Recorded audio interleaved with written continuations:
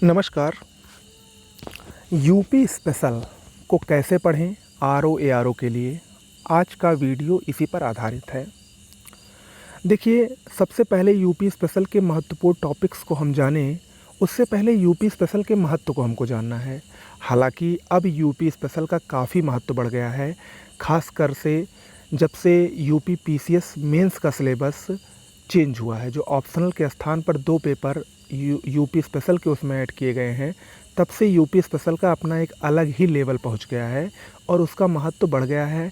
चाहे वो UP PCS की प्रारंभिक परीक्षा हो या ये जो आने वाली आरओ एआरओ की प्रारंभिक परीक्षा है उसमें।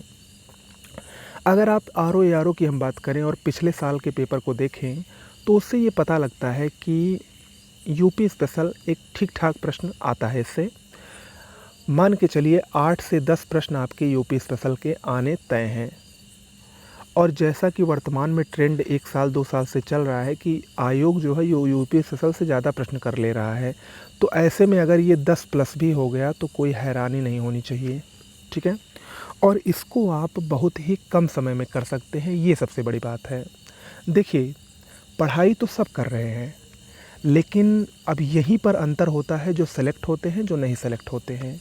जो सेलेक्ट होते हैं वो कुछ हट के करते हैं, वो कुछ स्मार्ट स्ट्रेटजी बनाते हैं, कुछ अलग रणनीति बनाते हैं, और वो यही सब एक रणनीति होती है जो आपको औरों से अलग करेगी। कि आपको खुद आत्ममंथन करना है कि कौन से सब्जेक्ट को हम पकड़ें जिसको हम आसानी से कवर कर पाएँ और उससे हम मैक्सिमम आउटपुट हासिल करें। जैसे यूपी स्पेशल हो गया, आपका पॉलिटी हो गया, ये 2-3 टॉपिक ऐसे हैं, जनसंख्या नगरीकरण हो गया। ये सब इस समय ट्रेंडिंग टॉपिक्स हैं, काफ़ी प्रश्न इससे आते हैं और ये ऐसे टॉपिक हैं जिनको आप कम समय में अच्छा कर सकते हैं। और इनसे ऐसे प्रश्न भी पूछे जाते हैं जो कि बहुत घुमा फिरा के नहीं होते हैं। यानी इन टॉपिक्स से आपके बहुत घुमा फिरा के क्वेश्चन पूछे जाने की संभावना भी कम है, सीधे सीधे पूछे जाते हैं। तो इसीलिए इन टॉपिक्स को लोग जो इग्नोर करते हैं, सोचते हैं कि लास्ट में 2-3 दिन में तो हम यूपी स्पेशल पढ़ लेंगे, और वहीं पर गलती हो जाती है। हालांकि जो मेरा मेंटरशिप प्रोग्राम चल रहा है उसमें मैं इसको बीच में ही लेकर आऊँगा, क्योंकि मुझे पता है कि आप लोग गलती कहाँ कहाँ करते हैं। इसीलिए मैं बार बार कहता हूँ कि उस मेंटरशिप प्रोग्राम से आप जुड़ें। वहाँ पर आपको पढ़ने के साथ साथ बहुत सारी चीज़ें पता चलेंगी कि आपकी गलतियाँ कहाँ कहाँ होती हैं, क्योंकि अक्सर लोग वही गलती कर दिया करते हैं और उसी से सिलेक्शन से रह जाते हैं। ठीक है, तो इस बार वो गलती नहीं करनी है। फ़िलहाल हम लोग यूपी स्पेशल के पहले महत्वपूर्ण टॉपिक को देखते हैं, और ये जो मैंने आपको बनाया है महत्वपूर्ण टॉपिक्स, वो आपके घटते क्रम में हैं। ठीक है, यानी अवरोही क्रम में है। यानी सबसे जो पहला टॉपिक होगा वो सबसे ज़्यादा महत्वपूर्ण होगा, उसके बाद उससे ज़्यादा, उससे कम महत्वपूर्ण, फिर उससे कम, और जो लास्ट टॉपिक होगा वो सबसे कम महत्वपूर्ण होगा।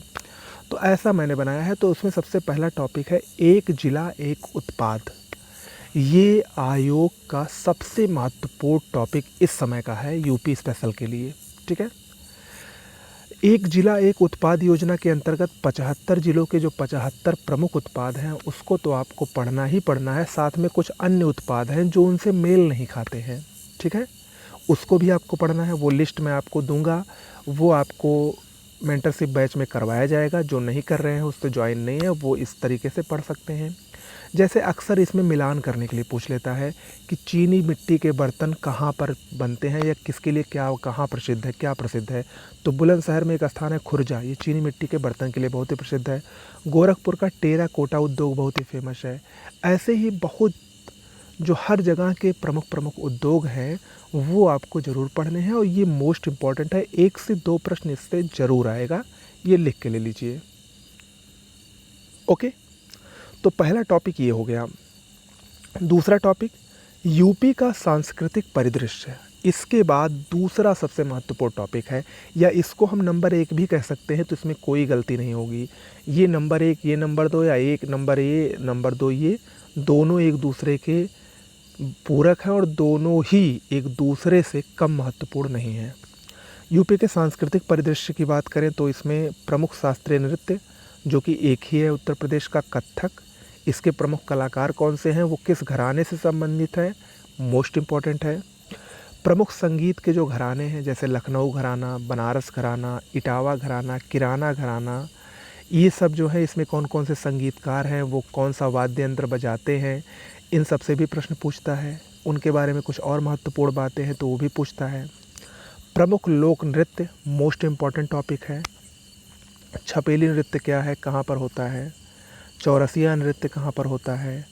इसके अलावा चरकुला मोस्ट इम्पॉर्टेंट है। ऐसे बहुत सारे नृत्य हैं। कटगोड़वा नृत्य, तो पाई डंडा है। ऐसे बहुत सारे नृत्य हैं जो कि परीक्षा में अक्सर पूछे जाते हैं घुमा फिरा कर।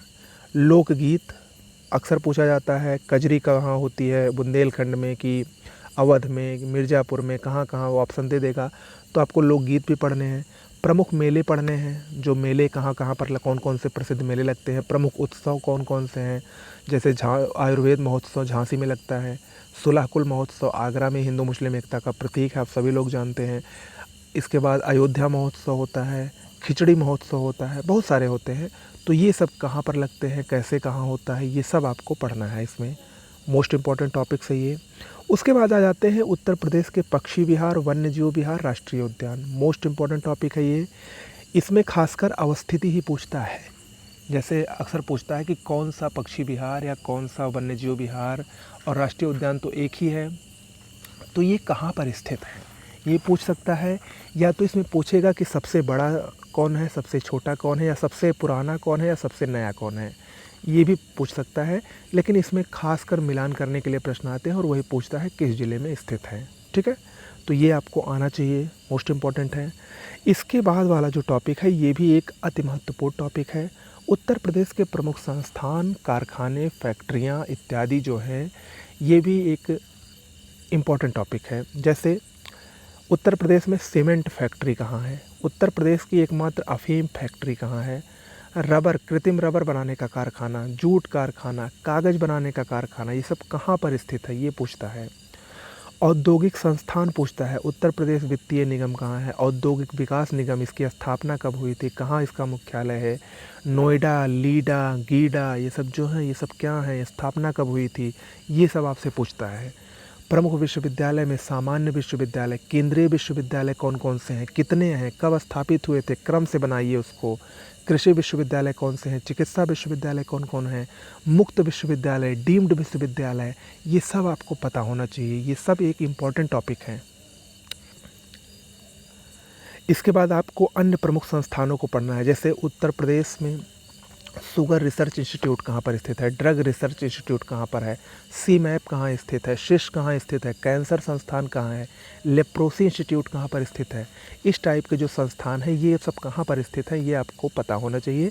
हालांकि जो मेरा टारगेट्स होगा और मैं इसमें खुद आपको PDF दे दूँगा, ये सब आपका मैं करवा दूँगा, लेकिन ये सब आपको पता होना चाहिए। ये सब हॉट टॉपिक है, इंपॉर्टेंट टॉपिक हैं।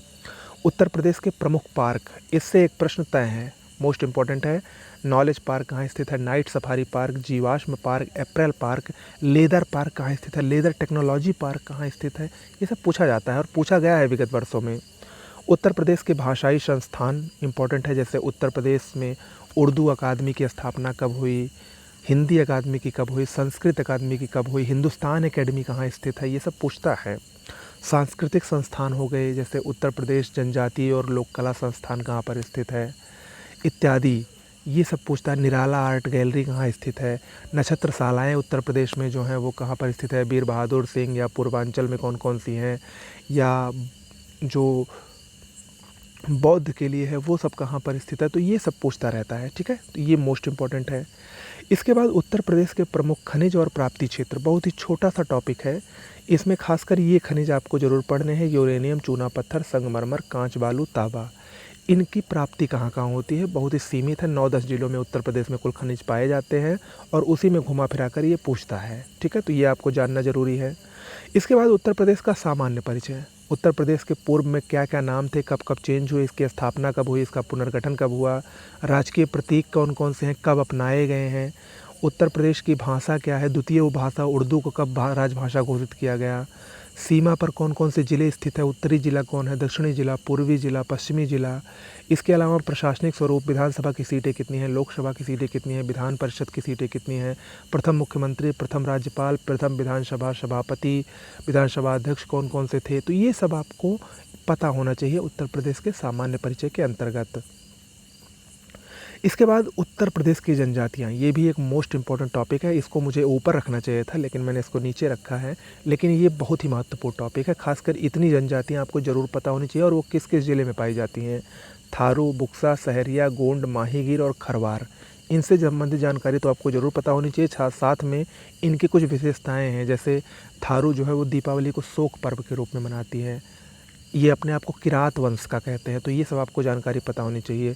कौन सी जनजाति है जो कर्मा त्यौहार मनाती है, तो ये सब आपको पता होना चाहिए, ठीक है। उत्तर प्रदेश की प्रमुख योजनाएं, नई योजनाएं और पुरानी योजनाएं दोनों को आपको पता होनी चाहिए। उत्तर प्रदेश के परिवहन में आपको एक्सप्रेस वे की लंबाई ज़रूर पता होनी चाहिए और वो किन किन ज़िलों से होकर गुजरेगा। चाहे आगरा एक्सप्रेस वे हो, चाहे यमुना एक्सप्रेस वे हो, पूर्वांचल एक्सप्रेस वे हो या बुंदेलखंड एक्सप्रेस वे हो, जितने भी एक्सप्रेस वे बने हैं उत्तर प्रदेश में, उन सब की आपको लंबाई और किन किन ज़िलों से होकर गुजरेंगे ये आपको जानना है। हवाई अड्डे कौन कौन से हैं, कौन अंतर्राष्ट्रीय हवाई अड्डे हैं, कौन सामान्य हवाई अड्डे हैं, कहाँ पर स्थित हैं, ये आपको जानना है। इसके बाद उत्तर प्रदेश के प्रमुख व्यक्तित्व से भी प्रश्न पूछ लिया जाता है, जैसे अमीर खुसरो का जन्म कहाँ हुआ था, टोडरमल का जन्म कहाँ हुआ था, ये किस ज़िले से संबंधित हैं, बीरबल किस ज़िले से हैं, कबीर, प्रेमचंद्र किस किस ज़िले से संबंधित है, तो ये सब भी पूछता रहता है। इसके बाद उत्तर प्रदेश की प्रमुख मिट्टियाँ, इससे भी प्रश्न आ चुका है, खासकर बुंदेलखंड की मिट्टियों से ज़रूर आता है, तो इसको देख लीजिएगा।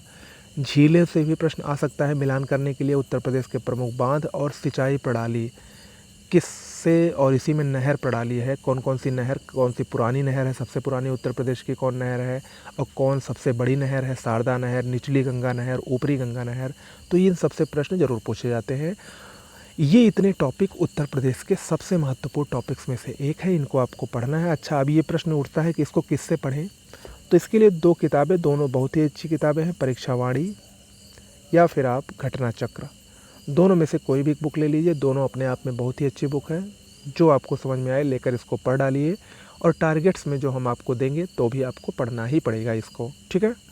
तो कैसा लगा वीडियो ज़रूर बताइएगा। साथ में अगर आप हमारे फ्री मेंटरशिप प्रोग्राम से जुड़ना चाहते हैं तो ज़रूर जुड़ सकते हैं। डिस्क्रिप्शन बॉक्स में लिंक उसका दिया गया है, टेलीग्राम चैनल का लिंक है। नमस्कार।